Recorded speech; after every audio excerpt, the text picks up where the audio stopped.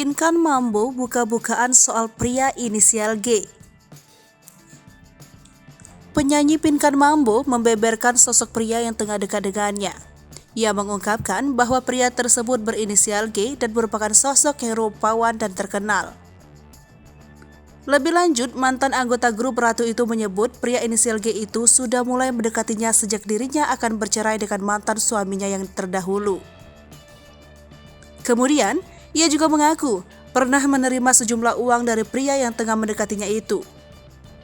Mengenai berapa besaran uang yang diberikan, Pinkan Mambo tak ingin mengungkapkannya.